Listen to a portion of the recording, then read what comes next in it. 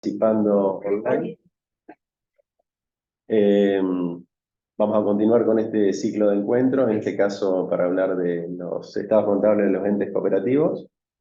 Va a estar presente el equipo habitual que desarrolla estos temas, que es Hernán Perotti, el contador Hernán Perotti, que es el encargado del servicio de asesoramiento en contabilidad y auditoría que brinda nuestro consejo. Y nuestro gerente de legalizaciones y matrícula, que es el contador Lucas Basail, y en esta oportunidad hemos convocado a un especialista que gentilmente aceptó la invitación, el contador Gabriel Clemente. Así que, Gabriel, te damos la bienvenida y te agradecemos que te hayas acercado para compartir tus conocimientos con nosotros. Muchas gracias, agradecido soy yo por la invitación. Se los presento. Gabriel es contador público y licenciado en Administración de Empresas, es integrante de la Comisión de Normativas de la Confederación de Cooperativas de la República Argentina, integra el Departamento de Contabilidad y Auditoría de la Federación de Cooperativas de Telecomunicaciones de la República Argentina, forma parte también de la Comisión de Mutuales y Cooperativas de nuestro Consejo, bueno, integró en el CECIT la Comisión de Normas Contables para Cooperativas.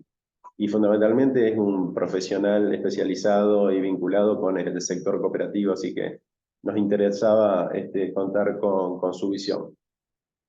El tema es muy vasto, seguramente hubiera demandado muchos encuentros poder abordarlo en su integralidad, pero la idea de los disertantes fue centralizarlo en los temas principales de la presentación y a eso sumarles las inquietudes que tanto Hernán como Lucas pueden relevar en su trabajo cotidiano de asesoramiento y de legalizaciones, así que para darle un poco esa faz, digamos, de dar respuesta a esas inquietudes. Contarles que lo vamos a estar grabando y que lo vamos a subir a nuestro canal de YouTube, con lo cual va a servir como material de consulta y de fácil acceso para todos ustedes. Después también se va a subir el material de la charla al software. Y bueno, para los que también que sea de consulta para los que no pudieron asistir hoy. Así que, bueno, los dejo, no sé cuál empieza, Bueno. si Lucas, Gabriel. No, bueno, gracias. Buen día a todos. Y bueno, como Horacio comentó, lo que vamos a tratar hoy es la presentación de estados contables de entes cooperativos, que actualmente está regulada por la resolución técnica número 51, que para hacer un poquito de historia, la RT fue aprobada en el 2021 por Federación, también ratificada por el Consejo, y modificó la RT 24 que originalmente estaba tratando a este tipo de entidades. Cuando Federación la aprueba, cuando FACSE la aprueba, INAES también la toma y resuelve aprobarla, pero sorpresivamente con algunas observaciones y modificaciones.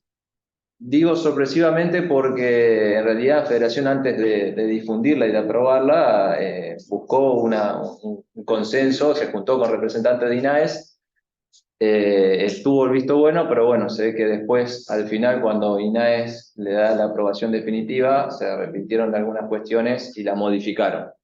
En ese sentido Federación toma una decisión y dice bueno, vamos a acoplarnos a esas modificaciones porque si no vamos a tener que nosotros íbamos a tener que presentar estados contables donde íbamos a mencionar una nota que aplicábamos la RT 51 con algunas excepciones por requisito de INAES. Y bueno, para eso, para establecer la RT 51 definitiva con las modificaciones de INAES, Federación emitió la resolución de mesa directiva 1063, si no mal recuerdo, también del 2021, y bueno, esa es la última versión que tenemos que tener cuidado, porque si por ahí googleamos RT 51 puede llegar a salirnos la versión vieja, no la definitiva.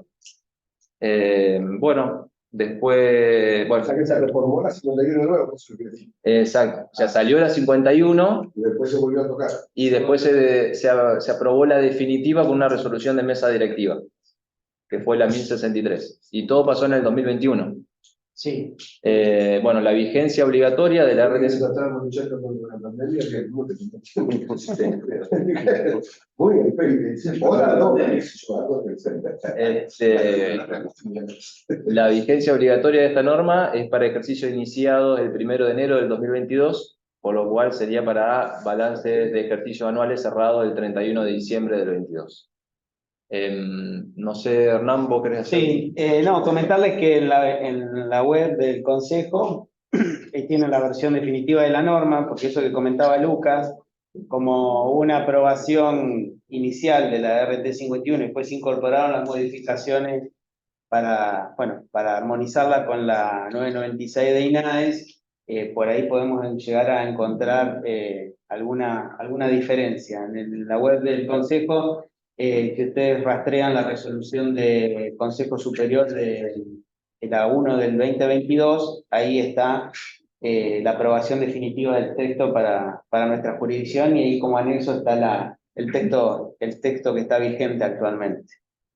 Bueno, la idea siempre de estos ciclos es que sea bastante dinámico, o sea, que intercalemos un poco exposición y bueno, y algunos comentarios. Yo por ahí para arrancar quería que Gabriel nos cuente un poco respecto al estado de resultados de este tipo de entidades que tiene desde el inicio tiene sus particularidades respecto a los tipos de resultados que generan las cooperativas. Y bueno, le invito a Gabriela que nos comente un poco si hubo cambios en este sentido con la reforma o si podemos repasar cuestiones que ya venían vigentes de antemano. Bueno, muchas gracias. Ante todo, buenos días. Muy agradecido por haber sido invitado a participar de este encuentro. Para comenzar a analizar el tema de cooperativas, yo creo que lo más importante que distingue a las cooperativas, como todos sabemos, de los entes, los otros entes comerciales, está en el estado de resultados. ¿Y por qué es así? Como todos sabemos, las cooperativas son entidades que no persiguen fin de lucro. Al no perseguir fin de lucro, en el caso de que nos encontremos con situaciones que haya un resultado positivo, ese resultado positivo se debe clasificar, o negativo también, clasificar y restituir a los asociados. ¿Por qué? Porque ustedes saben que en las cooperativas se determina un excedente. ¿Y qué es el excedente? Es como la cooperativa presta sus servicios o vende sus bienes al valor de costo para sus asociados, es necesario que en el caso de determinado excedente se sea restituido a los mismos. Por eso no se persigue el fin de lucro. Y eso es un elemento importante y que es determinante al momento de clasificar y llegar al resultado del ejercicio. Como sabemos, las cooperativas desarrollan sus actividades y las clasifican por secciones. Y ese es un punto también importante a analizar. Las secciones están de acuerdo a lo que prevé su estatuto social y adicionalmente debe estar avalada la determinación de las secciones por un acto de la Asamblea de Asociados o por parte del Consejo de Administración de la cooperativa. ¿Por qué? Porque son actos de gestión los que realizan los integrantes del Consejo y tiene que estar avalado por tanto por la Asamblea o por un acto administrativo que dé origen a la definición del alcance y funcionamiento de cada sección. Eso es un elemento importante a considerar. Originalmente la 54 y su posterior reforma no modificó en absoluto en cuanto a la clasificación del resultado. Ustedes saben que el resultado se debe clasificar en tres partes. En resultados vinculados a la gestión cooperativa, sea con socios y no socios, y aquellos resultados que son ajenos a la gestión cooperativa. ¿Por qué es importante esa clasificación? Porque los resultados que corresponden a la gestión cooperativa, si son positivos, tienen un tratamiento de excedentes repartibles. Si son resultados con no asociados y ajenos a la gestión, deben destinarse a la reserva especial. Y ya vamos a ver por qué van a la reserva especial y no va a hacer otro tratamiento. Eso está muy vinculado con la constitución de reservas y tiene un análisis particular que debemos considerar. Lo importante acá que hay considerar, yo acá quiero hacer un comentario particular porque observamos muy común esta situación. Generalmente en cooperativas que tienen varias secciones, muchas interrelaciones entre sí. Por ejemplo, una cooperativa que presta servicios públicos, el de energía eléctrica le presta servicio a agua potable a energía eléctrica a telecomunicaciones y así sucesivamente. Entre ellas se tienen que generar valor de sus servicios para determinar con precisión el resultado de la sección. Pero ese movimiento debe separarse del estado al momento de determinar el estado de resultados de cada sección. ¿Por qué? Porque el estado de resultados debe ser las operaciones que trascienden a terceros. Créanme que es muy común ver que se presenta todo integrado y no se hace una separación, una depuración en el estado de resultado seccional. Y ahí genera un problema. La norma expresamente lo aclara, que deben depurarse las operaciones entre secciones, como primera medida. Segundo, indicarse sobre cuál es el criterio definido para determinar el valor de esa transacción entre las secciones. Y si hubiese un cambio de criterio, debe informarse ese cambio en la información complementaria. Ahí, Gabriel, lo que nosotros vemos en un par de casos es que presentan estados de resultados, por ejemplo, de 2 secciones, y después como un estado de resultados sería consolidado, total, o sea, sumando las secciones, pero con el formato estado de resultados. ¿Eso está permitido? Sí, vos tenés que presentar el estado de resultados y después el estado de resultados por gestión cooperativa, que la sumatoria de ellos va a integrar el estado de resultados. Hay un anexo, que puede ser anexo 6, 7 u 8, depende de como los profesionales, los que están en los modelos de federación, donde o sea, a su vez después se consolida eso en un cuadro, que es determinación de la clasificación del resultado entre asociados, no asociados y ajenos. En la práctica hay un estado por cada una de las secciones. Eso como anexo. Como anexo. Claro. Como otro anexo, el que resume la clasificación y luego vamos al estado de resultados. En general, tenemos 2 información complementarias que concilian con el estado de resultados. Claro, esto lo que yo te mencioné. Intrasección. Se ¿No tiene- podés poner en el anexo o no? En el anexo hay que separar. Ahí hay que depurar. Claro, eso es lo que te decía, es mostrarlo en anexo y no mostrarlo como estado de resultados. Bueno, Claro, nosotros así lo vemos así, vemos que presentan estados de resultados seccionales, como estado de resultados Está bien. uno más, y después el estado de resultado, pero no como información anexa o complementaria, sino como 3 estados de resultados. Bueno, como información complementaria es un estado de resultados de la gestión cooperativa seccionales. Como información principal, estado de resultados. Y una generales. información complementaria que es un cuadro donde se hace la clasificación del resultado. Consolida los estados de resultados seccionales y hace una división. Y luego se resumen en el estado de resultados. Pero ¿qué ocurre? Muchas veces, cuando determinan el estado de resultados de cada una de las secciones, no hacen la depuración. Y arrastran como información, como ingresos y como gastos, información que son interna entre ellos. Y hay que depurarlo, porque estos resultados debe trascender solamente con información a terceros, no interna. La clasificación o los ingresos entre sección y costos contribuyen para determinar el verdadero resultado de la sección, pero hay que depurarlos.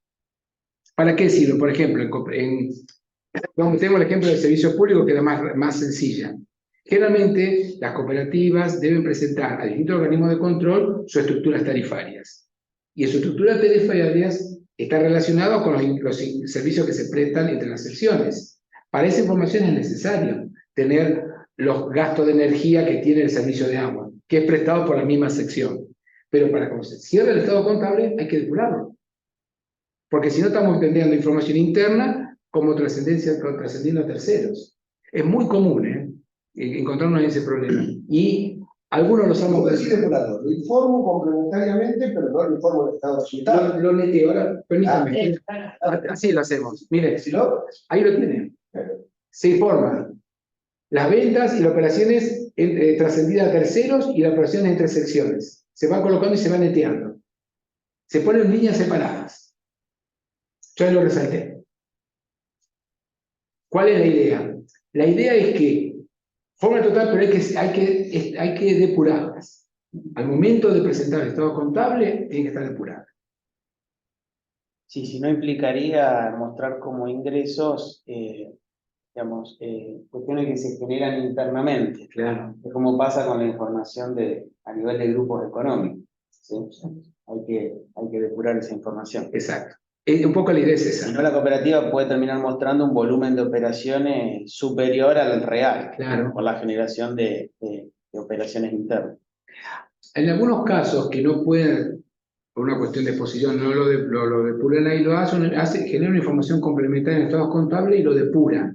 Pero me parece que eso genera una doble búsqueda y al lector tiene que ir haciendo búsqueda en distintos lugares y no termina siendo útil. De esa manera, así se tiene que presentar cada una de las secciones con la depuración que corresponde. En una cooperativa se generará ingresos, en la otra, en una sección ingresos, en otra sección costo, y después se va neteando. Y al momento de presentar el estado contable se consolida. Y en el caso que haya internamente, porque eso genera resultados, puede ser positivo, negativo, cero, Sí. internos. Sí. Y eso a los fines para incorporarlo, porque acá llegamos al estado de resultado final, que puede ser excelente total. No, pero se termina neteando. Porque lo que es ingreso de una sección es potencial a otra. Sí o sí tiene que balancear el cero. Bien. Es lo mismo como señala Hernán, cuando hay información de grupo se termina consolidando, se termina neteando. Acá se expone, se depura y se presenta el estado contable. Los ingresos de cada sección siguen siendo los mismos, no es que son más. Son esos. Pero para el análisis en la sección es importante porque hay determinadas entidades que por ahí la contribución que hace una sección a otra es significativa. Porque me viene a la memoria el ejemplo del servicio de agua que tiene. No, ahí sí, porque vos tenés todo. Un gran procesamiento de agua, o ahí si son un tipo de ómosis que consumen energía. Exacto. Es muy determinante. Es el segundo ítem determinante del costo en el que esas que no tengan acuerdo. Y si tienes el proceso de ómosis inversa, mucho más. No, por eso, y ahora casi todo. Sí. Es más barato en el sentido del mantenimiento que. Claro, pero eso es importante porque ese es otro tema que es muy común que lo observamos. Otro tema importante que lo resalté ahí es la clasificación de los gastos directos e indirectos en cada sección. En cada sección, usted tiene que llegar al resultado de la sección para terminar el tratamiento anual posteriormente. Pero sobre como información complementaria, debe informarse los gastos y egresos que integraron los distintos rubros del Estado, su clasificación entre directos e indirectos. Porque la norma exige que también lo informemos en la información complementaria, las bases tenidas para aplicar la asignación, si hubo cambio de base, la incidencia, informando con el criterio anterior cuál ha sido la asignación y con el nuevo criterio cuál es, la información principal y comparativa del ejercicio anterior.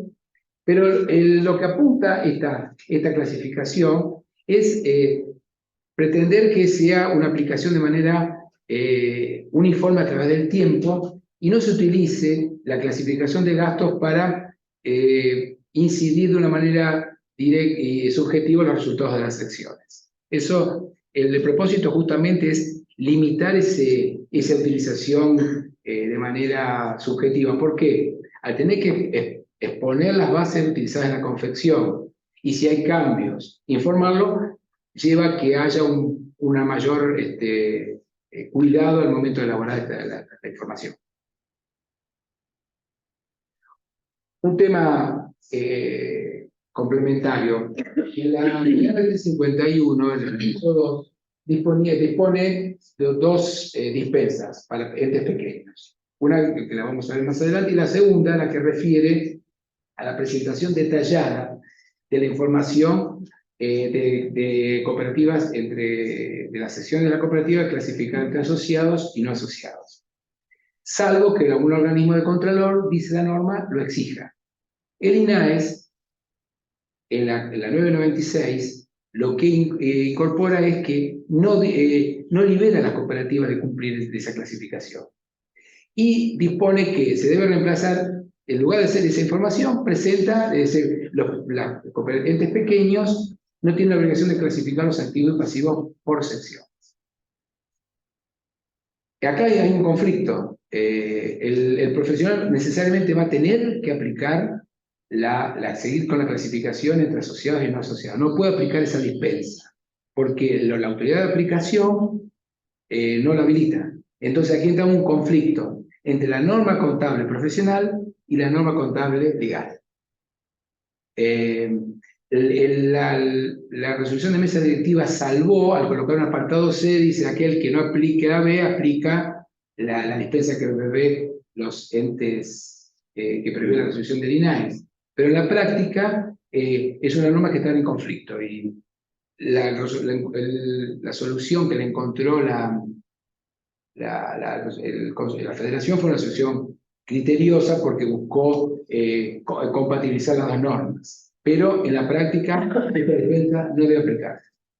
Lo digo porque muchos argumentan eso y la colocan, lo hacen. No está admitida. Salvo que sea que exista alguna particularidad, pero no se da en la práctica, y nadie se presta mucha atención, porque hace a la esencia del funcionamiento de las cooperativas, la clasificación entre secciones, entre socios y no socios. No hay coherencia de información, denaturaliza la figura y la información que se genera. Perdón, Gabriel, Sí. ahí yo te voy a pedir volver una femina para atrás en estado de resultados. Sí. Nosotros vemos en el sector de legalizaciones que muchas veces, bueno, acá tenemos la presentación en columnas de los resultados con asociados y con no asociados. Hay muchos que lo presentan al final, al pie del estado de resultados, la clasificación de el excedente o pérdida con asociados y no asociados, y debajo de esa clasificación ponen los resultados financieros por tenencia incluido el REPAM. ¿Eso está bien? No. Al pie del estado de resultados tiene que hacerse la clasificación, está bien, entre gestión cooperativa con asociados, no asociados y ajena, que es el resumen de lo que se informa más extenso en información complementaria. El resultado financiero y por tenencia, y fundamentalmente el RECPAM, debe, en la medida de lo posible, debe asignarse a cada una de las secciones. De no ser posible, debe colocarse como resultado ajeno a la gestión. Pero forma parte integral. Inclusive la norma señala que claramente habla de la clasificación y en un apartado indica que específicamente que los resultados financieros por tenencia deben formar parte integralmente de los resultados ajenos en este caso. Es muy difícil tener un criterio para hacer una adecuada asignación del RECPAM entre las distintas secciones. Eso requiere de tener un soporte administrativo importante, porque lo ideal sería poder determinar el capital. Pero tendría que tener caja y cuentas particulares cada uno. Una que la otra, algunas tienen que tener, separar. Hay un elemento, algo que puede ayudar en la clasificación del activo y pasivo por secciones. Ahí se puede tener un primer indicio para empezar a elaborar una clasificación de capital. A partir de sacar el capital monetario de cada sección y en base a eso determinar el REPAM que incide. Como usted señala, es difícil porque tiene que tener toda una estructura en una cooperativa que lo pueda hacer. Es muy difícil. Generalmente el sistema de cuenta corriente agrupa todos los servicios en una sola línea, la caja es única, las cuentas bancarias son únicas. Puede tener un fondo fijo cada sección, pero no más de eso. No. Lo que ocurre a veces tienen inversiones financieras, y esas inversiones financieras son globales. Es bastante complejo llegar a la determinación. Nosotros en algún caso lo hacemos, pero ¿qué pasa? Yo creo que se lo comentaba los otros días. Ocurre que tiene una estructura que está concebida, lo concibieron originalmente para eso, tiene separado cada sección sus cuentas por cobrar, el manejo financiero tiene un manejo financiero muy particular que hace que la asignación indirecta de eso sea menor. El resultado que de la asignación se obtiene bastante razonable, una aproximación bastante razonable en su asignación. Pero lo mismo, es muy complejo la determinación del RECPAM por secciones. Entonces, generalmente lo vamos a ver como en ajenos. En estado de resultados se coloca en los ítems superiores, pero en ajenos a la producción. Porque si no tienes una adecuada asignación, si bien puedes desvirtuar el resultado de la sección, porque evidentemente el RECPAM tiene un elemento determinante en este momento de la determinación de los resultados de las secciones, colocarlo en ajenos puede desnaturalizar el resultado, pero una asignación tiene que ser muy objetiva para hacer una asignación por secciones. Si no, podemos inducir a colocar un número que no nos ayude a ofrecer un resultado apropiado de cada una de las secciones. De todas maneras, al efecto de la ideología de la gestión cooperativa, en las secciones, vos lo que veis es ingreso, digamos, real. Sí. Porque el resultado que yo le veo, a la gente le interesa saber si le está cobrando más o menos. Claro. Entonces, me parece que hacerlo por sección por ahí genera puede generar información falsa para el usuario que nadie lo lee, pero el que lo lee dice, che, me está cagando porque no el resultado que tiene. Claro, sí. ¿Entendés? Sí, sí, sí, sí. Entonces, me da la sensación que hacerlo por sección puede generar, digamos, sobre todo las cooperativas de servicio público, que son obligatorias, digamos, no tenés la posibilidad de tener dos líneas de teléfono, una de uno, otra no, pero hay lugares que no tenemos otra cosa. Entonces le generás un conflicto a la misma cooperativa por un resultado en realidad. Entre nosotros muy bien no se sabe.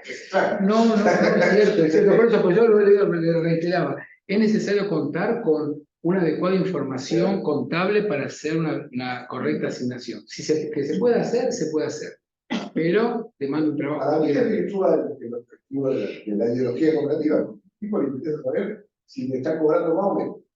Sí, es cierto, pero por ahí muchas veces en los procesos inflacionarios tan altos como en este momento, incide al momento la incidencia del ajuste por inflación, por los activos y pasión monetaria. Claro, la amortización y todo eso.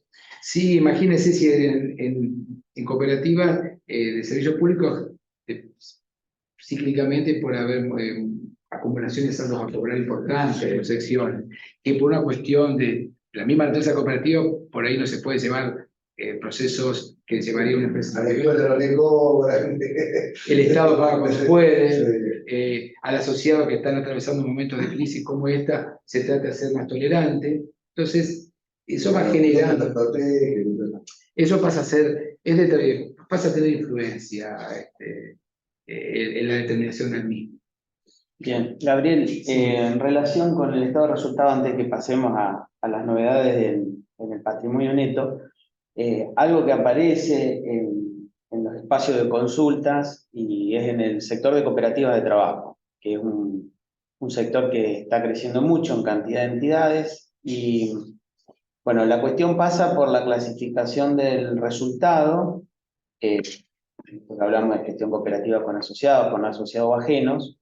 Uno, en relación a la clasificación del resultado de los servicios prestados por la cooperativa de trabajo, que opera con tercero, evidentemente, a quienes presta servicio, y otro tiene que ver con el tratamiento que se le da a la contraprestación que reciben los asociados por su trabajo. Hay muchos estados contables, no sé si muchos, pero quizás es una práctica que viene de años anteriores y tiene que ver con que se le da el tratamiento de anticipo de retorno, es decir, se va computando un crédito frente al asociado hasta el momento de la asamblea donde se da destino a los excedentes. La norma está diciendo otra cosa, ¿verdad? Y ahora bastante clara. Si puedes comentarnos algo al respecto. Sí, en cooperativa de trabajo ese ha sido un punto que siempre se le puso mucha atención, en especial desde la redacción de la 24, la original, y luego lo reafirmó la 51. En la cooperativa de trabajo, la compensación la retribución que se le va abonando al asociado que trabaja en la cooperativa forma parte del costo. No debe considerarse como un ítem consumible. Es un tipo de excedente. No es así.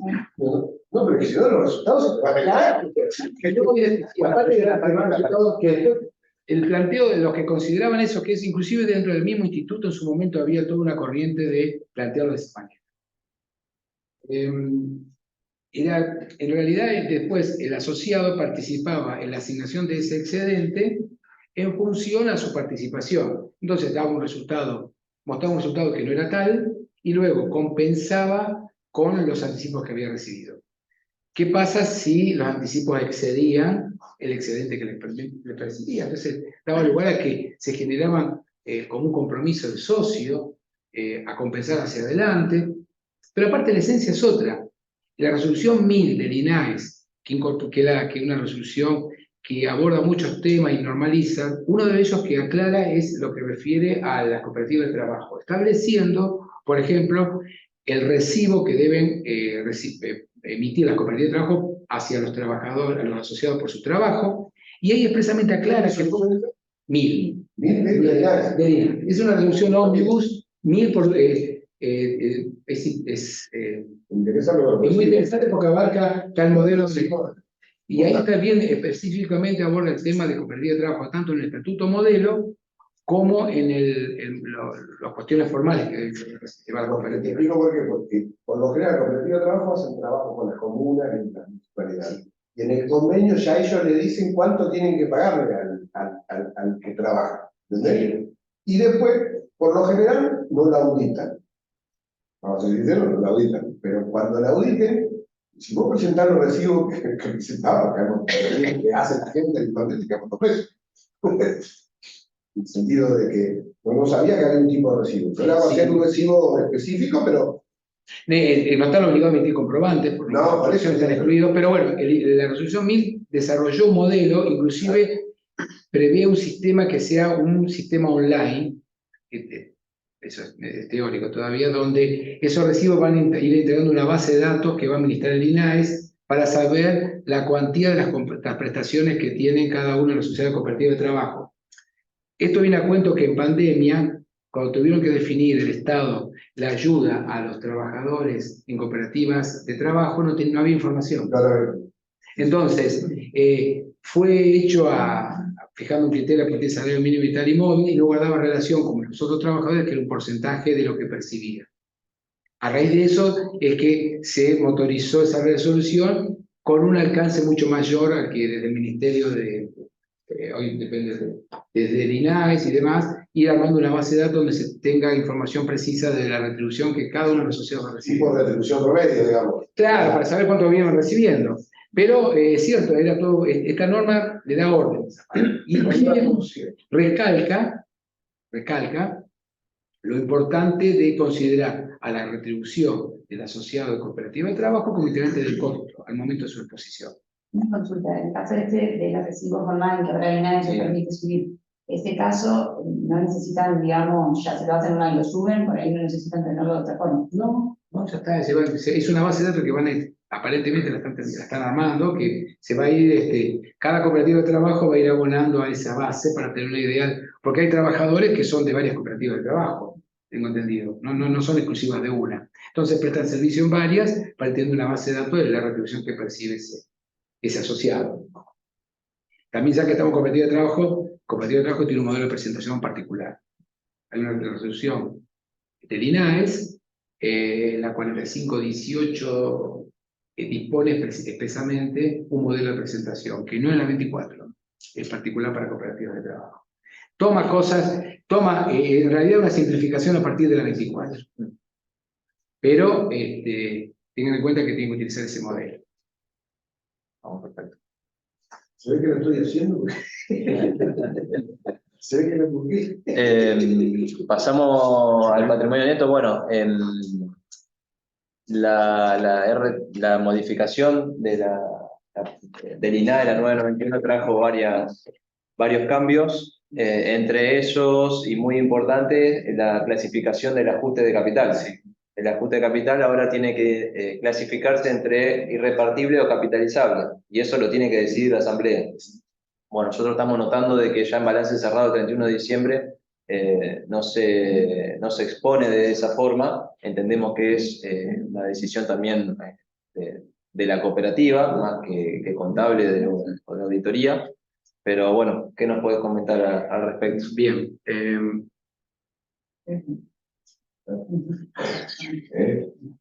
Bueno, esto después Sí. ¿Va a quedar material o lo luego queda el material, sí. Bueno, con respecto al capital. Por acá lo importante es tener en cuenta el capital como parte integrante del patrimonio neto, que eso quedó aclarado luego de la discusión que hubo durante mucho tiempo, a partir de una interpretación internacional, y en 3 casos el capital tiene que destinarse al pasivo. El capital de aquel socio que renunció, del socio que fue excluido, y un tema particular del socio fallecido. Es muy común observar en cooperativas, cuando uno lee el padrón de capital de socios, sucesores de. No. La relación del socio y la cooperativa es instituto-persona. Al fallecer el socio, automáticamente pasa a ser no asociado. El capital se pone a disposición de los herederos, se puede seguir prestando el servicio, pero a no asociado, no es más socio. Pasado el periodo de prescripción de 5 años, sin que se reclame capital, ese capital va a formar parte de la reserva especial. Eso digo como antecedente. La 996 introduce un cambio en el tratamiento del capital cooperativo, del ajuste del capital. El ajuste del capital, todos sabemos que la diferencia entre capital nominal y su reexpresión. La resolución dispuso la obligatoriedad anualmente de tratar ese ajuste de capital, o capitalizarlo, o destinarlo al ajuste del capital repartible.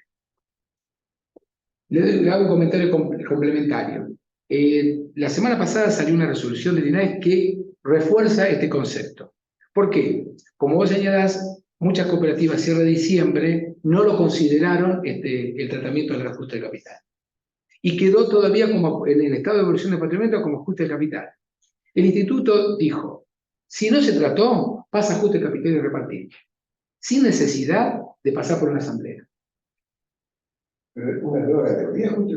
No, en realidad sí es una nueva categoría. Claro, El ajuste de capital repartible se expone en el estado de evolución de patrimonio neto dentro de la información de los aportes de los asociados, pero tiene la característica de la reserva especial, del artículo 2 y 36 de la ley de cooperativas. No se podía destinar a la reserva especial el ajuste del capital. Se tenía que exponer en un rubro particular. La 996 dispuso, se constituye un fondo de naturaleza irrepartible, similar a la reserva especial dentro de la cápita de ajuste de capital. Pero el ajuste de capital no considerado en una asamblea pasa al capital repartible, a partir de la resolución de la semana pasada. El ajuste de capital. Pero si se sigue poniendo lo mismo, nada más que repartirlo.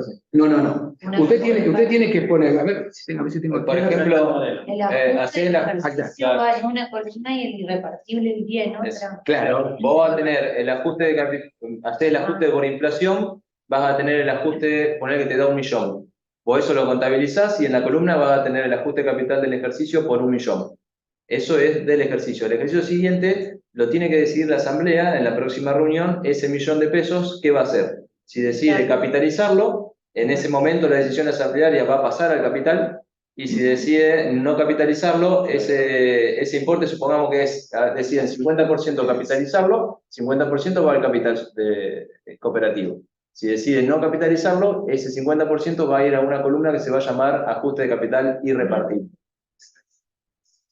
En este ejercicio, vos lo tendrías que todavía, como no está realmente como ajuste de capital. El cerrado 31 de Esa misma. 31 del 12 del 2022. Sí, todavía sí. Claro. Pero la asamblea, que se hizo técnicamente, ya tiene que haber fijado el tratamiento. El año que viene, vos lo tenés. Claro. Y después la reexpresión, porque ahí le quiero aclarar esto. Está el problema. No, pero hay un tema, perdón. Porque lo tengo que asignar represado o. Reexpresado. Ah. Bueno, pero hay una opinión doctrinaria que considera que la reexpresión anual del ajuste de capital irrepartible también debería considerarse anualmente por asamblea. No.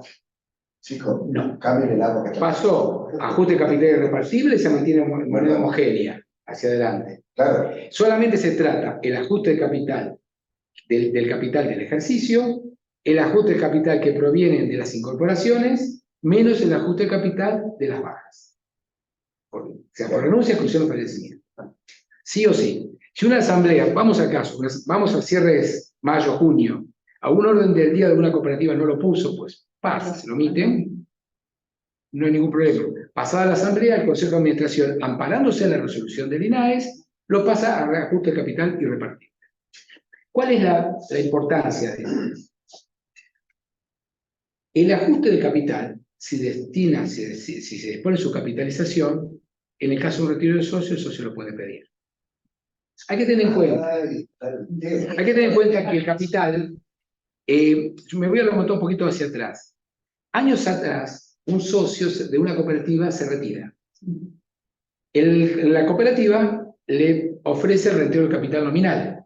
El asociado lo rechaza e inicia un juicio, solicitando que le retire el capital en valores homogéneos. Ese juicio llega a Corte Suprema de Justicia, el CALF. La Corte en ese momento resolvió que el capital se reintegra en valores nominales. Pero ¿qué ocurre? Hay muchas situaciones donde el planteo del capital actualizado está presente de parte de los asociados. Entonces hay que tener mucho cuidado si se capitaliza o no el ajuste. Porque es un capital que es motivo a reintegro.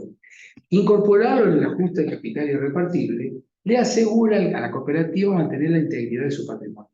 Bajo ningún punto de vista puede ser reclamado por los socios, lo mismo que la clase especial. Ambas forman parte integrante del patrimonio de la entidad, no objeto de restitución en ninguna circunstancia a los asociados.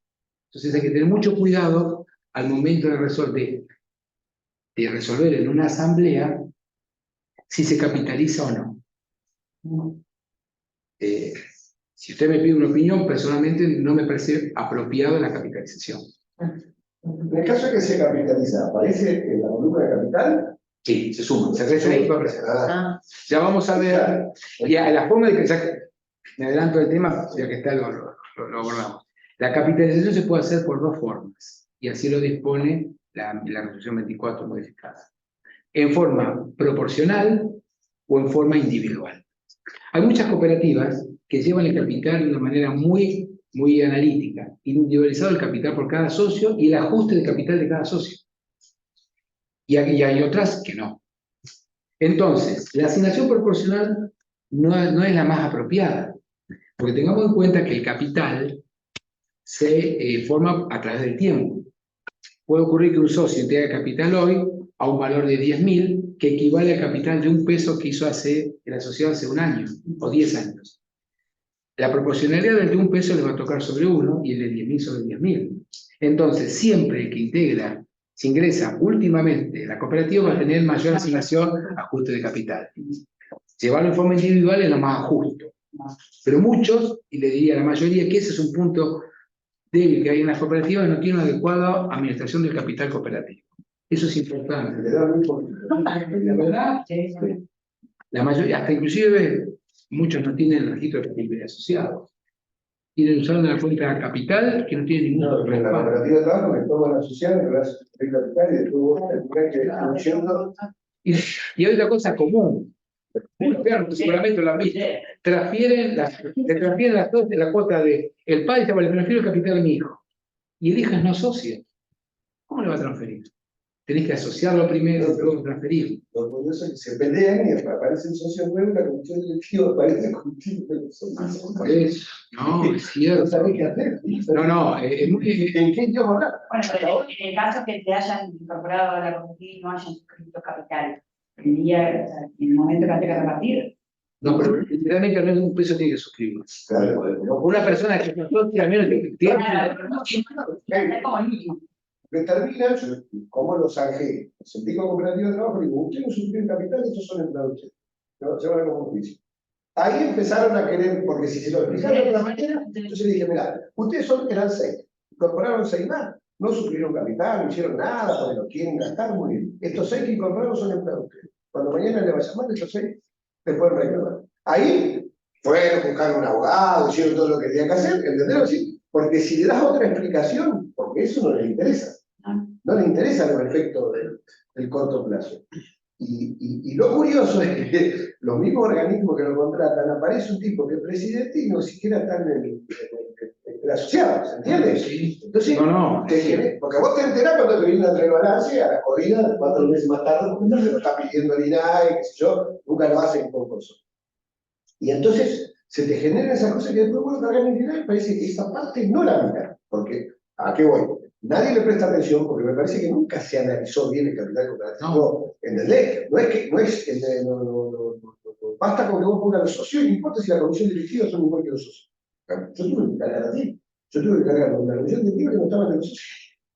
El capital comienza a tener cierta relevancia a partir de la norma del IFRIC 2, donde se le pretendía considerar como pasivo. Claro. Si ustedes recuerdan que la norma internacional dice que si no existe la posibilidad de retiro sin ningún tipo de restricción, en cualquier momento puede reclamar y el estatuto no pone ninguna restricción, se debería considerar pasivo. Luego la norma corrió un poquito para contemplar a las cooperativas. Pero si no hasta ese momento el capital no tiene ningún tipo de interés. Pero pasa lo mismo también con las entidades sin fines de lucro, que tampoco lo hace. Pero en general, entonces, sin lucro es necesario la aportación de capital para integrar. Claro. En la cooperativa es indispensable. Sí. Así sea por un peso. Si no, no puedes ser socio, tienes que integrar algo.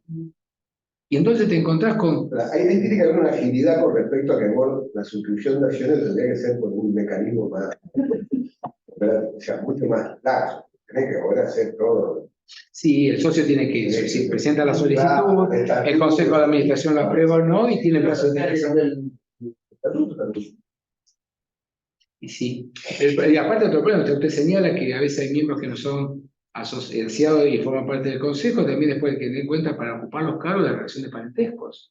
Hay parentescos que inhiben para ocupar las sindicaturas, por ejemplo. Para que controlen.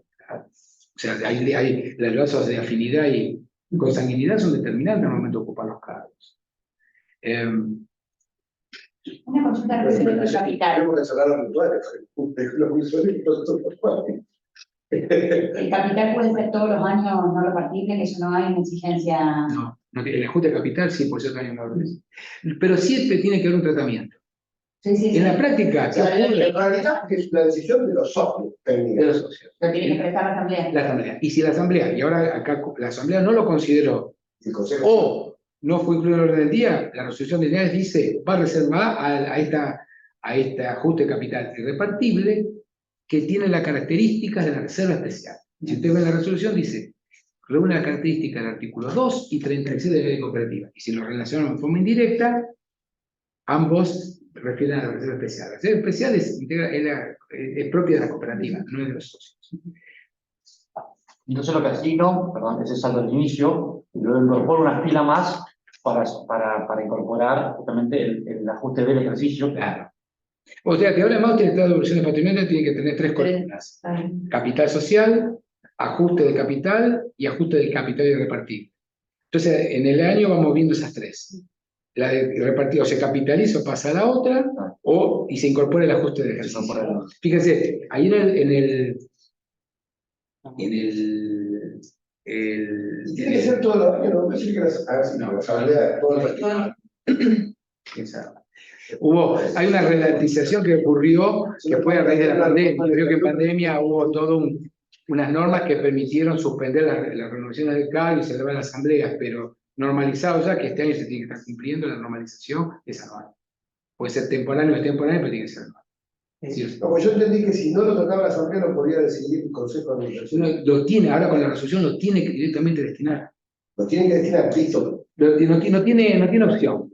Pero apunta a la cobertura de la cooperativa, claro. O sea, ese propósito es, ¿por qué?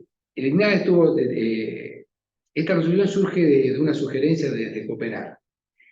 Muchas cooperativas y federaciones cooperativas informaban que las asambleas de diciembre las convocaron sin tener en cuenta la vigencia del 996 y no consideraron el tema del ajuste de capital. Y hay cooperativas donde el ajuste de capital son números muy importantes, pero muy importantes en serio, en donde muchos asociados intervienen para que sea capitalizable. O sea, no son cooperativas de volumen donde definir un tratamiento o voto es significativo. A raíz de eso surge esta resolución que viene a cuento a permitir solucionar esa omisión inicial y lo deja abierto para hacia adelante. Pero en realidad obedece a las omisiones de las asambleas celebradas de diciembre hasta la actual, de cierres. La cierre de junio nunca lo trataron todavía, por ejemplo. No. Se van a hacer en octubre. Vienen ahora.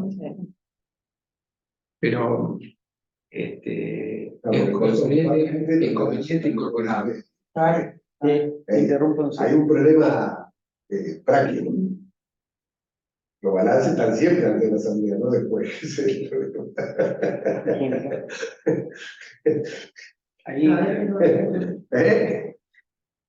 Gabriel, para poder seguir con la agenda, bueno, primero aclarar que el material va a estar disponible en el software, que es un material más completo que el que por acá estamos pasando, estamos salteando algunas diapositivas por la limitación de tiempo, pero antes de pasar al tema de reservas, quería, Gabriel, que hagas un comentario sobre los otros ajustes al patrimonio neto, que era un rubro que estaba en la RT24 y ahora con la modificación de la 51 desaparece.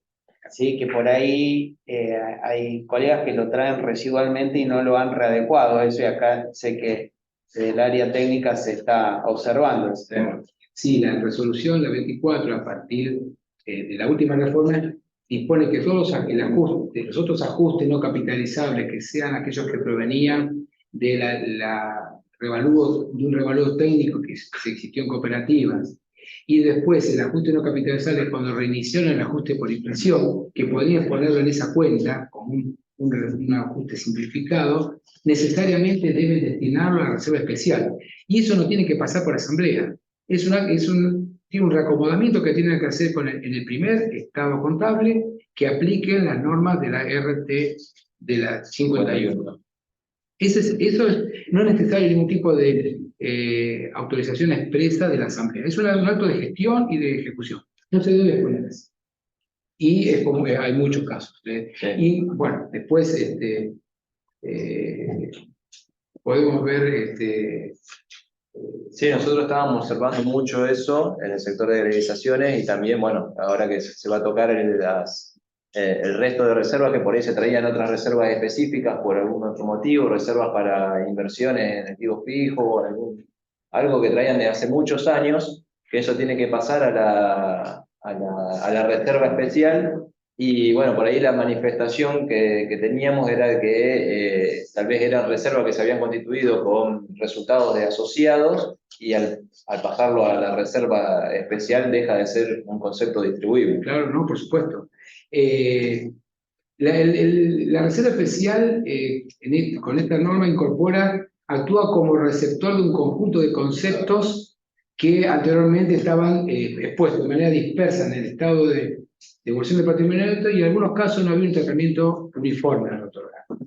Aquí se unifica lo mismo que ocurre con el ajuste de capital de los asociados que renuncian ante el cierre de ejercicio, son excluidos. Lo mismo lo que ocurre con el pasivo prescripto de los ex asociados. Todos tienen que ser precisos, vamos a ver el porqué de eso. A mí me quedó un temita solamente, 5 minutos, que quería señalar, a ver si lo tenemos acá.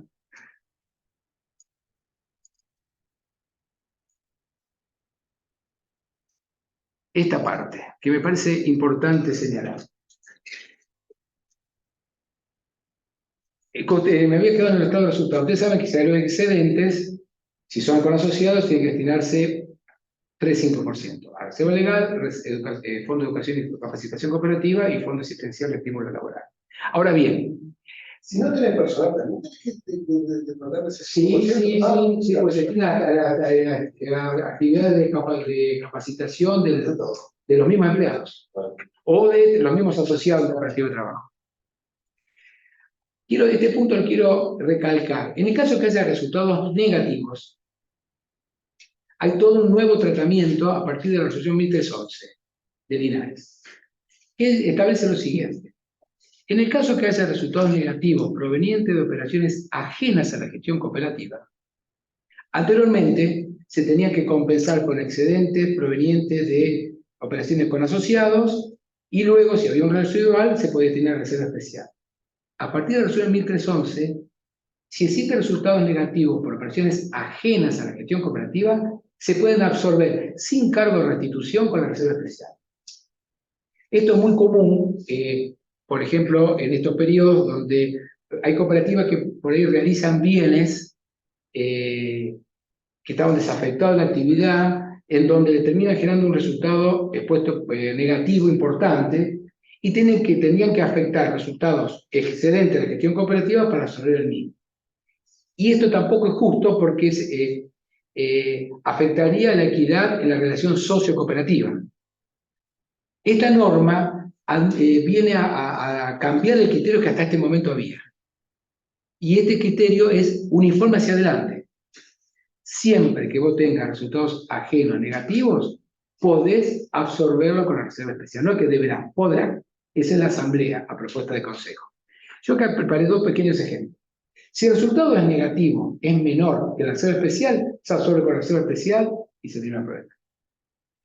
Si es a la inversa, se absorbe con la reserva especial. Y el residual se puede absorber con resultados de la gestión comparativa con socios, reserva legal, ajuste del capital irrepartible y ajuste del capital de ejercicio con cargo de recomposición. ¿Y con qué se van a recomponer? Con excedentes repartibles. Las reservas y de capital utilizado siempre se recomponen con excedentes repartibles. Nunca se pueden destinar resultados por operaciones ajenas o de no asociados a recomponer la utilización de reservas. Tengan cuidado eso, que ahí eso sí genera un desequilibrio en la relación socio-cooperativa. Porque si no, si queremos usar negativo, se va a distribuir el excedente repartible y se disminuye el patrimonio de la entidad. Eso tenganlo en cuenta. Bueno, quería señalarlo porque me parece que es un tema que es reciente, recién ahora está tomando estado en las cooperativas. Esta resolución que también surgió a través... ¿Tiene que mediar resolución de la Leo? Sí. Por eso.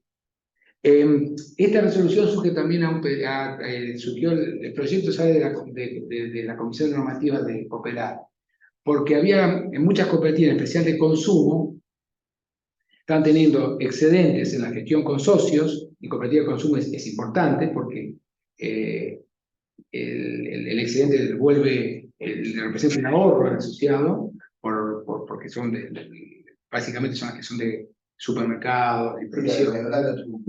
Exacto. La cooperativa general de consumo. Y destinar excedentes repartibles a cubrir una pérdida por una operación ajena que circunstancialmente se le pueda dar no sería apropiado, teniendo reservas especiales de monto significativo. Entonces, el patrimonio no se ve afectado y la relación socio-cooperativa tampoco. Unas cámaras, no sé qué, sí.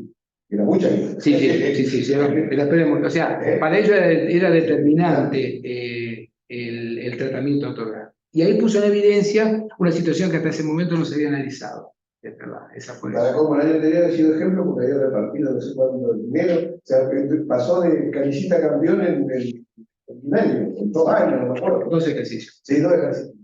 Justo, creo que el último ejercicio que tenía. Tiene un resultado muy particular. Sí. Bueno, era eso lo que quería aclarar. No sé con qué seguimos. Estábamos con el tema de las reservas. Que no puede haber en el estado de evolución del patrimonio a partir de la RT 51 otras reservas que no sea la reserva legal y la reserva especial. Bien, no puede haber ningún otro tipo de reserva específica. Bueno, y esto expresamente aclarado en la resolución 24, no es más de lo que prevé la ley de cooperativas. La ley de cooperativas establece que solamente se pueden constituir 2 reservas, la reserva legal y la reserva especial. Muchos interpretaban que tenían facultad de las cooperativas de constituir reservas estatutarias o reservas asamblearias. Pero que había antes, las cooperativas agrícolas antes tenían. Bueno, pero ¿sabes lo que ocurre? Eso obedece a una interpretación complementaria de la ley de sociedades comerciales, porque lo que amparaba ese criterio decía, se aplica, el artículo 118 de la ley de cooperativas dispone que todo aquello no previsto en la ley de cooperativas se aplica la complementaria de sociedades comerciales, pero en reservas está claramente enumerado, no es que hay un silencio de la norma, está expreso. Entonces, ¿y por qué no puede ser así? Porque las reservas son los que contribuyen a sostener la integridad patrimonial de las cooperativas. Supongamos que se designe a otorgar un 20% del excedente repartido a constituir una hipotética reserva asamblearia, en realidad se está menoscabando el 20% del excedente repartido de los socios. Y no corresponde, es ilegal. O sea, se desnaturalizaría el sentido en sí mismo. Si el propósito es fortalecer el patrimonio, lo que puede disponerse es la capitalización de ese excedente. Porque el excedente puede ser en efectivo o en cuotas sociales. Pero bloquearlo mediante una reserva no, es ilegal. Es ilegal. Cualquier reserva que las cooperativas tengan esa naturaleza son ilegales. La sugerencia, como se señala, es destinarlas a la reserva especial. Las que ya están constituidas y vienen de antaño, destinen a la reserva especial. porque no pueden darle otro tratamiento y el objetivo que perseguía, si era fortalecer el patrimonio, lo tiene fortalecido de esa manera. Por eso digo, las reservas son de dos tipos: la reserva legal, con el 5% de excedentes repartidos, y la reserva especial, que se forma con los excedentes por gestión cooperativa con asociados, por excedentes por operaciones ajenas a la gestión cooperativa, por el ajuste del capital de aquellos asociados que se dieron de baja antes de la fecha de cierre, por otros ajustes del patrimonio neto no capitalizable y el capital correspondiente a los pasivos prescriptos por ex asociados que no reclamaron su reintegro pasados los 5 años de prescripción legal. Eso es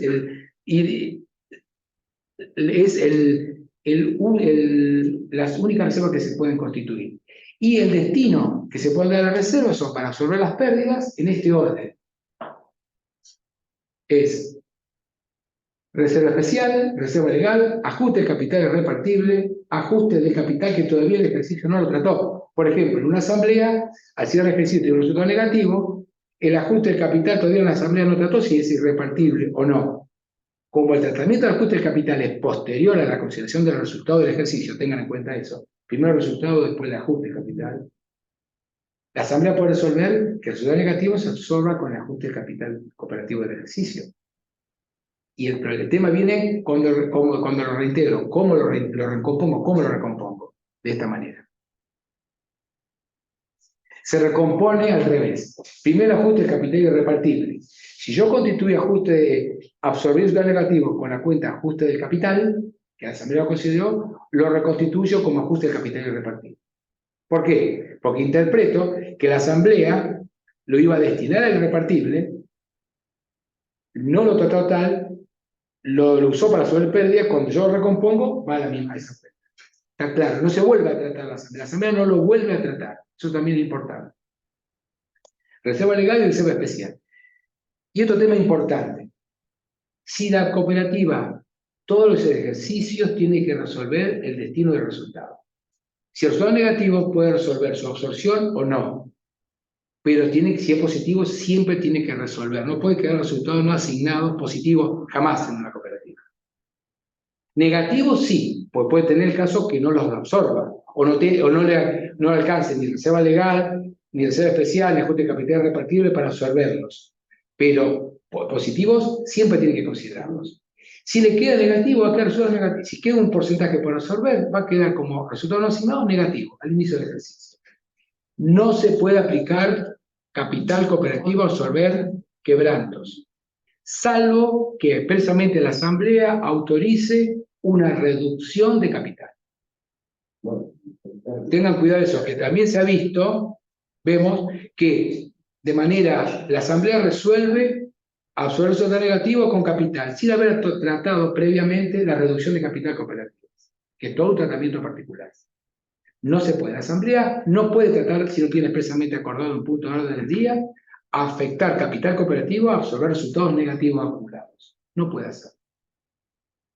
Como sí puede hacerlo con los otros conceptos que vimos. Por capital es intocable, salvo la expresa consideración y resolución de asamblea. Lo que no te entendí de resultados positivos. Yo hago el balance de este año. Sí. ¿Da resultado positivo? Sí. ¿No lo puedo poner como no asignado? Sí, porque todavía no lo consideró. Pero no puede tener un saldo de resultado no asignado al inicio.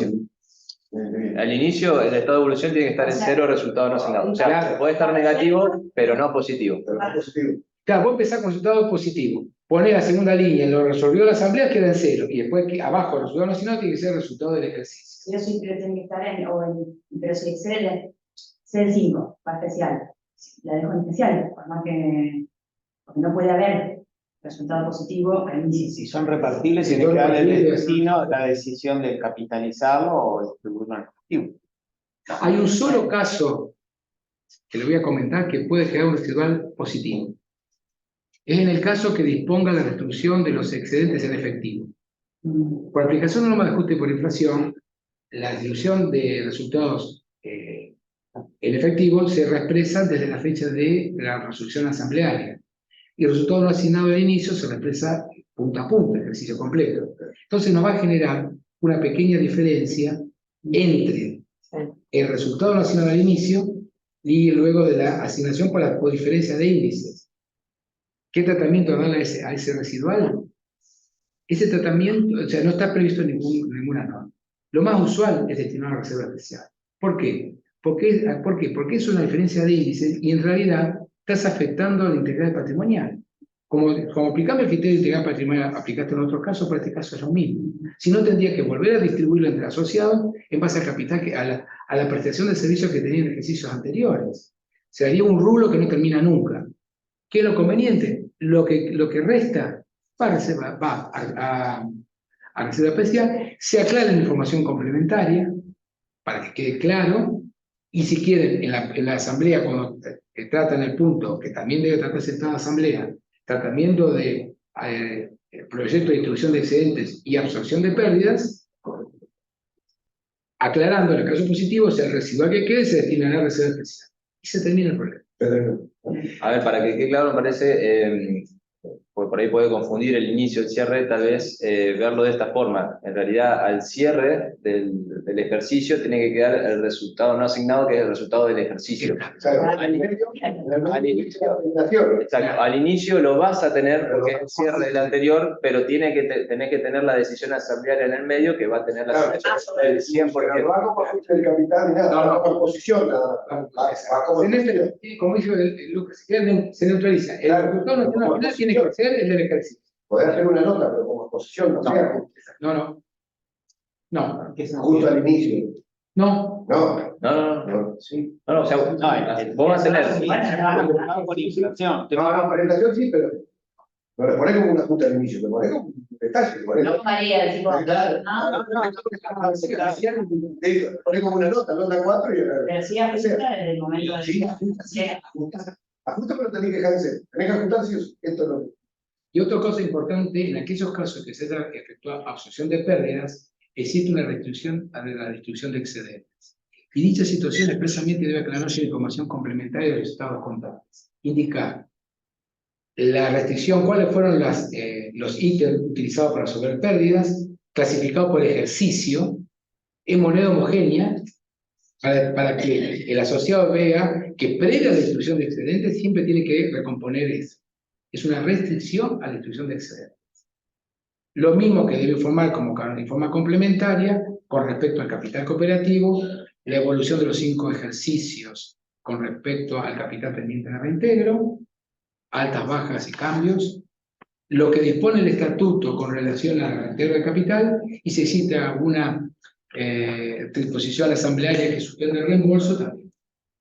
Son todas cuestiones que son importantes. Muchas veces se ven en los balances, estamos en lo negativo y no está puesta la restricción. Y en esta versión de patrimonio neto ustedes ven que absorbieron. Tiene que existir una restricción. Lo mismo que el resultado negativo. Si usted tiene un resultado no asignado negativo al hacer ejercicio, tiene que indicar que existe una restricción. Sea por absorción o por absorción o por exposición.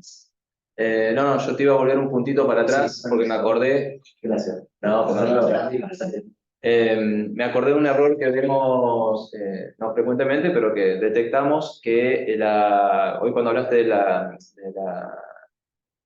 de la asignación del excedente del ejercicio, que va un porcentaje a las reservas, al pasivo de los fondos. Y eso pasivo, en realidad, hay algunos que lo reconocen como rubro del patrimonio neto. Eso está mal, y bueno, la corrección de eso sería, porque si lo vienen haciendo en ejercicios anteriores, tendrían que ajustarlo con una área. Tendrían la manera de sacarlo actualmente del patrimonio neto, y pues lo van a tener seguramente en el ejercicio anterior, así que van a tener que ajustar esa posición mediante una área. Claro, adicionalmente son rubros monetarios, que no se expresan. Si está en el patrimonio neto, lo van a tener que expresar. ¿No? Eso está, de dos puntos de vista, la norma expresamente lo aclara, ¿no? Que eso forma parte del pasivo. Porque es cierto. Eso, para que quede claro que esas.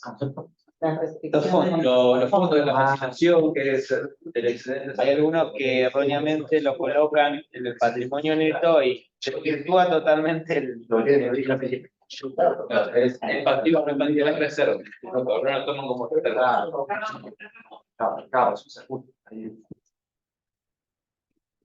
Bueno, si quieren avanzar un poquito, igual el material, les reitero, muy completo, hay casos prácticos. Yo tengo una audiencia que Bueno, va a quedar grabado. sí, va a quedar grabado, así que Gracias.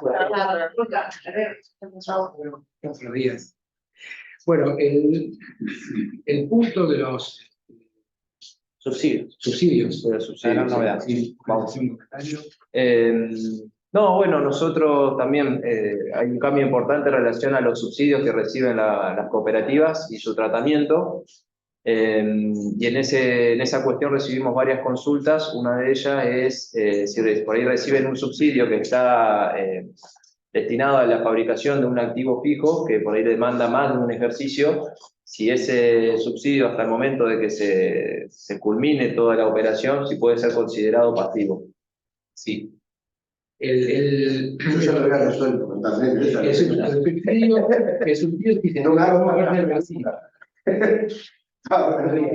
El Bueno, si querés dar una introducción de Sí. cuál es el nuevo tratamiento y después vamos a ese caso específico. También la 996 incorpora el tratamiento de los subsidios. Las cooperativas están recibiendo en estos últimos tiempos, es muy común que reciban subsidios de dos tipos. Subsidio para cubrir, en aquellos casos que tienen tarifa de servicio regulada, cubrir el mayor coste que demanda la prestación del servicio, y en otros casos para financiar el despliegue de infraestructura, sea en caso de servicio, cualquier servicio, telecomunicación, energía eléctrica, agua, hay subsidios de ese tipo. ¿Qué ocurre? No estaba expresamente, la norma contable no lo estaba previsto y daba lugar a que en algunas cooperativas utilicen ese subsidio para exponer el resultado de una manera no del todo más apropiada. ¿Por qué? Porque incorporaba ese subsidio como un ingreso que como contrapartida estaba un activo fijo que se amortiza en el tiempo. Entonces, o lo exponían como un resultado ajeno a la explotación cooperativa o lo exponían en el resultado en la gestión propiamente dicha.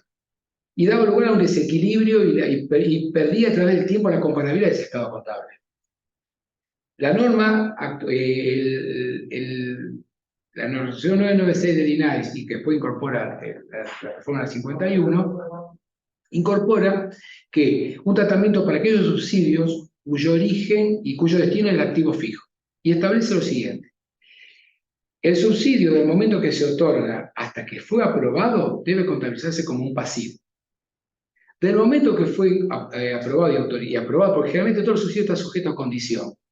Nunca se puede mandar resultados hasta que no esté aprobado por la autoridad que lo otorgó. También es muy común verlo. Te imputa resultados y luego en el ejercicio siguiente hay observaciones, entonces tiene que entrar a corregir, que no corrige cuando ajuste el ejercicio anterior. Entonces, se imputa el resultado en el momento en que el mismo fue aprobado. Antes no.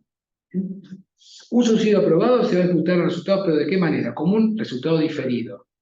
Y se va a absorber, se va a tener resultado ese subsidio en la proporción equivalente a las amortizaciones vinculadas con el activo que se adquirió. Se van a absorber de manera equitativa. Es decir, si con el subsidio se absorbió, se invirtió en un activo fijo que equivale al 100%, la amortización de ese activo fijo va a ser igual a la absorción que se da del resultado no asignado, de resultados diferidos. Se informa en el estado de evolución de patrimonio neto y en la información complementaria se tiene que aclarar el valor de origen, actualizado por supuesto, y los saldos pendientes de absorción de cada uno de los subsidios que reciben. Hay cooperativas que tienen muchos subsidios, no es uno solo. Tiene que ser un adecuado y debe conciliar ese valor con el monto pendiente que se informa en el estado de evolución del patrimonio neto. Hay mucho en este sentido. Esto está receptando una norma internacional. Igualmente la nueva norma contable nuestra, la 54, la nueva, lo incorpora expresamente. Y me parece que permite dar una mayor, soluciona un inconveniente que era muy común observar, más aún en subsidios en entes como las cooperativas. La contabilización sería en el momento de que se amortiza, o que se va a ir amortizando, es reconocer esa partecita como una ganancia del ejercicio, Claro, y que se va a compensar con la amortización como pérdida. Exacto. Y ahora viene la pregunta, ¿ese subsidio lo considero como ajeno a la explotación o vinculado a la explotación? Yo le doy mi opinión. Yo considero que hay que contemplarlo como vinculado a la explotación. ¿Por qué? La amortización va a ir al resultado vinculado con la gestión cooperativa, sea entre socios y no socios. El subsidio está directamente relacionado con la prestación de un servicio. Tiene que jugar ese mismo ahí. Porque en la 24 aclara como integrante de resultados ajenos a la explotación, subsidios y otros.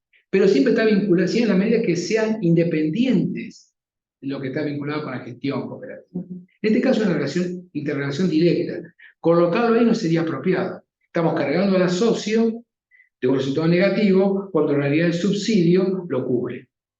Entonces, no es justo que el asociado absorba un costo que la cooperativa no está teniendo. Y en el caso de que el que te mencioné, si reciben el subsidio que va a ser destinado a la fabricación de un bien en 2 años, en el primer año que reciben una parte, por ejemplo, del subsidio, esa parte va al pasivo, y el año siguiente, en el momento que el bien está a disposición, ahí el total va a la reserva en el patrimonio neto. Exacto, integra el pasivo hasta el momento que es aprobado por la autoridad que lo otorgó. Es muy común, porque en general es un trámite administrativo que lleva un tiempo importante, la autorización de subsidio. Entonces, por ahí se ve intentado a incorporarlo cuando hicieron la presentación de lo que llaman rendición. No, hay que tomar hasta que viene la aprobación, porque siempre hay algún tipo de observación en algún ítem, hay que modificarlo. Entonces, del momento que está aprobado, forma parte del resultado definitivo. Bueno, no sé si falta algo en relación a esto, pero si no, hacerte una pregunta. Por ahí tienen toda la información complementaria que hay que presentar respecto a eso. Y ahí que aparece el tema de los fondos, ahí tenemos una cuestión que por ahí nos hace ruido, porque siempre, desde el momento que se reanudó la restricción de los estados contables, de las áreas técnicas, siempre destacamos o hicimos hincapié en la incompatibilidad que existe en incluir dentro de los estados contables información expresada en moneda homogénea junto con información en moneda nominal. Era algo donde siempre machacábamos respecto a que eso no podía ocurrir. Sin embargo, tenemos ahora una norma del INAES donde nos pide expresamente que en los estados contables, dentro de la información complementaria, se presente cierta información en moneda nominal. Gabriel, por eso te pido un comentario y una aclaración al respecto. Sí, la resolución 996 exige brindar información desde dos aspectos fundamentales. El primero, el de Fondo de Educación y Promoción Cooperativa. El Fondo de Educación y Promoción Cooperativa es el fondo que aportan las cooperativas, que se determina el 2% del capital determinado de acuerdo a las normas que prevé la misma ley. Este fondo se destina a actividades que desarrollan el INAES para desarrollo social y comunitario. Anteriormente, esta información debía brindarle al auditor externo en información complementaria. Con la reforma, establece la obligación de presentar esta información como información en los estados contables, en valores nominales. En primer lugar, debe indicar si la cooperativa se encuentra o no alcanzada por el fondo, y si tal, con su número de quit, cuál es la deuda vencida, cuál es la deuda al cierre de ejercicio, y si esta es exigible o no, y el detalle de los pagos realizados en el ejercicio en concepto de anticipos y saldo de declaración jurada. ¿Qué quiere decir? Que tiene que informar en el ejercicio económico anticipos del ejercicio económico anterior y del ejercicio actual. Por ejemplo, cierre junio 2023, van a tener que informar anticipos del saldo y del saldo de declaración jurada del ejercicio fiscal 22 y los 7 primeros anticipos del ejercicio fiscal 23. Para una tarea de control y fiscalización. Y adicionalmente, con respecto al Fondo de Educación y Capacitación Cooperativas y al Fondo de Acción Asistencial y Laboral o para estímulo del personal, que recordemos que estos fondos se constituye con el 5% de los excedentes repartibles, debe informarse la conciliación de saldo de inicio y el cierre, el importe que se constituye en el ejercicio o no, y la aplicación. Todo en valores nominales. La verdad que esto obedece a que el sentido que manifestó el instituto era para conocer la aplicación en valores nominales que se van haciendo de los fondos y el destino de los mismos. Hay un anexo de información complementaria que ya debe presentarse, pero en moneda homogénea. Esto es una información adicional. Yo le cuento la experiencia que hacemos. Presentamos esta nueva información en información complementaria y en un anexo seguimos presentando la información sobre los fondos como venimos haciéndolo. Porque aquí no tiene forma de compararse con ninguna información del estado contable.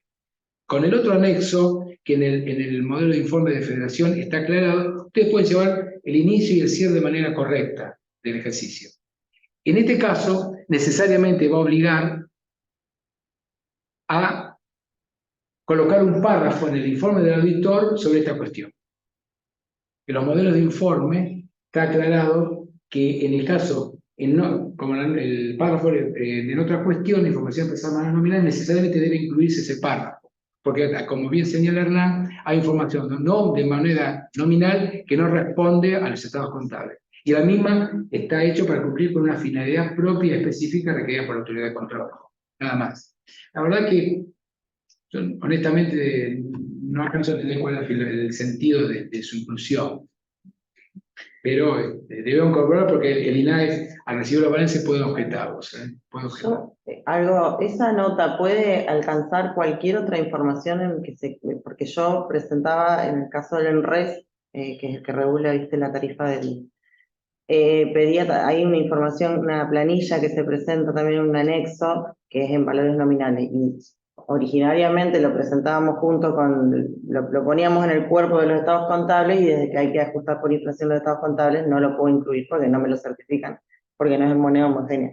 Este párrafo, ¿podría yo incluir ese anexo y este párrafo también me lo salvaría para que me certifiquen? Pero ese anexo es parte de los estados contables, digamos, responde a información. Es información complementaria. Es complementaria. Es complementaria exigida por el organismo. Ten en cuenta que una cosa es complementaria y otra es adicional, digamos. Para que sea complementaria. Sí, no, es adicional. No complementa a los estados contables. Esa información adicional hoy está tratada en el nuevo modelo de informe de auditoría por la RT 53. Hay un parrafito que se llama otra información, donde también se puede incluir, por ejemplo, cuando se pone la memoria. Ajá. Bueno, yo creo que ahí podría llegar a incluirlo, esa dentro de información. Fíjate que el párrafo dice que si bien no es información auditada, guarda razonable vínculo, algo así con los estados contables, pero que no es información auditada. O sea, no, es como dice Hernán, no es complementaria, sino adicional. ¿El R se lo exige como formando parte de los estados contables? No, en realidad se incluía ahí y siempre formó parte de los estados por una cuestión de que era información que salía de los estados contables. Yo creo que en todo caso lo que se hace, se presenta una planilla por fuera, solamente que exige la intervención del auditor externo. Sí, esa es la con una conciliación de poner mujeres de manera nominal.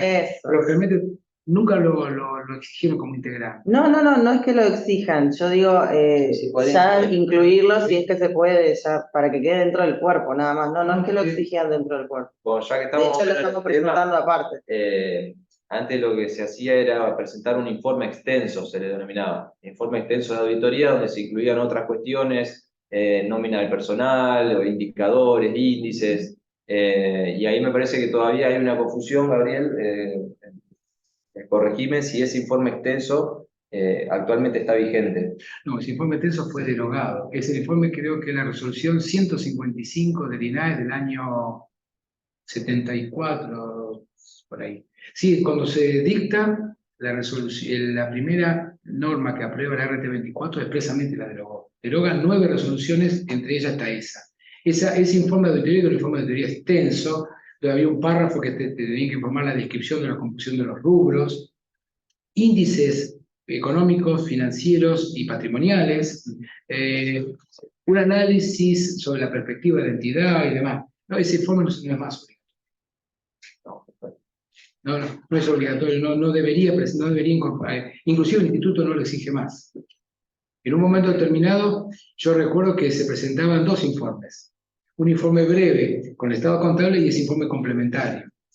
En el momento que coexistían los dos, pero desde la vigencia de RT24 no más. Bueno, no sé si querés hacer algún otro comentario, algo que haya claro, porque ahí tenemos una consulta. Sí. Invitamos a los que quieran preguntar, pueden también hacerlo en forma oral. Acá hay una pregunta respecto al tema de subsidios. ¿Sí? Carolina plantea: una cooperativa cobró una parte no reintegrable, parte ya lo invirtió al cierre del ejercicio. El importe invertido está en obra en curso porque no está finalizado. En este caso, ese aporte queda expuesto como resultado diferido dentro del patrimonio neto.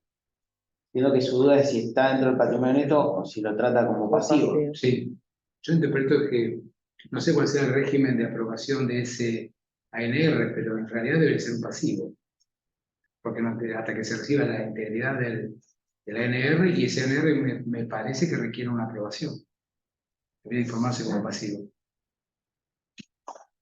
Sí, aparte entiendo de que si invirtió solamente una parte es porque todavía el bien no está en uso.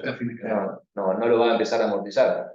Así que si la idea es equiparar el resultado positivo que enviamos como subsidio y la amortización, si todavía no lo vamos a poder amortizar, yo diría de que vaya. Claro. Buenos días. Abro el audio para explicar la consulta. La cooperativa ya cobró el 100% de la ANR, o sea, no es que falta una parte, lo cobró en su integridad.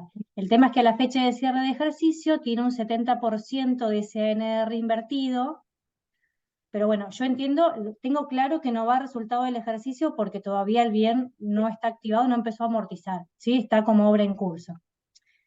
Mi duda era si ese importe total de la ANR quedaba en el pasivo o lo tenía que exponer en el patrimonio neto. Sí, o también cabría la pregunta si no podría haber un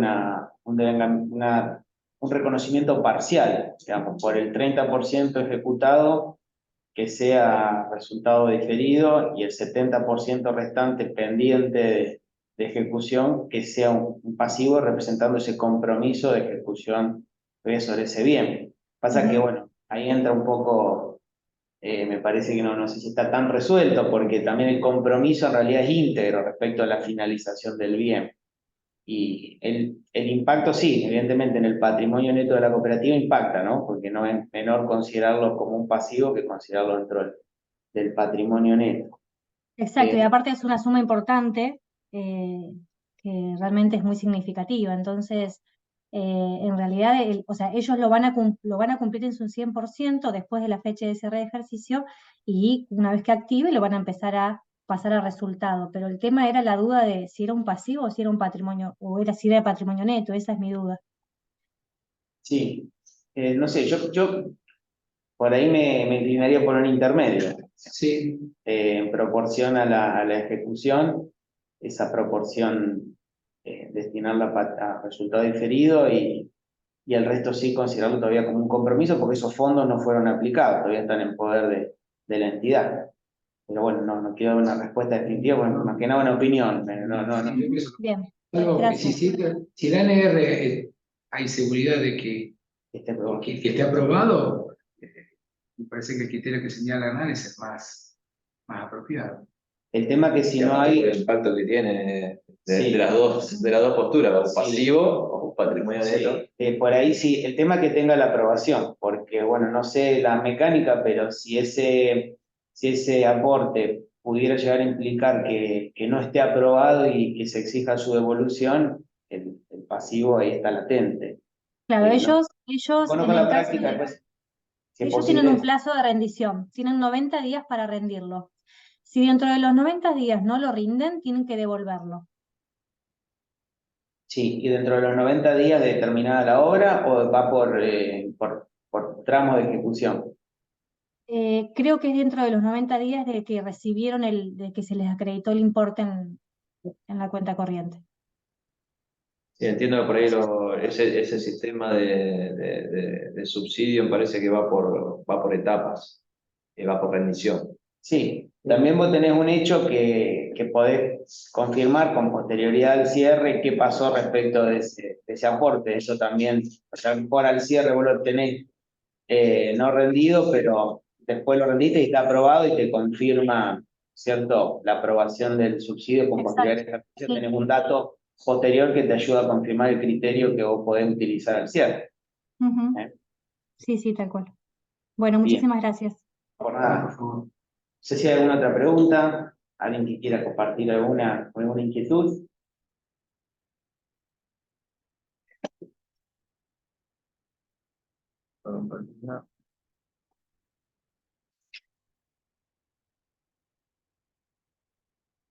Bueno, si no, Bueno, no hay ninguna otra consulta, así que si les parece ya damos por cerrada la charla. Y bueno, agradecerle a Gabriel por por su disposición. Y Hernán también, que bueno, colabora conmigo para la preparación de estos ciclos de encuentro. Espero que les haya servido y bueno, va a estar el video disponible en la página de YouTube del Consejo y también vamos a poner a disposición el material que fue expuesto, que bueno, fueron pasando muchas filminas por el tema de tiempo, pero van a estar a disposición el total.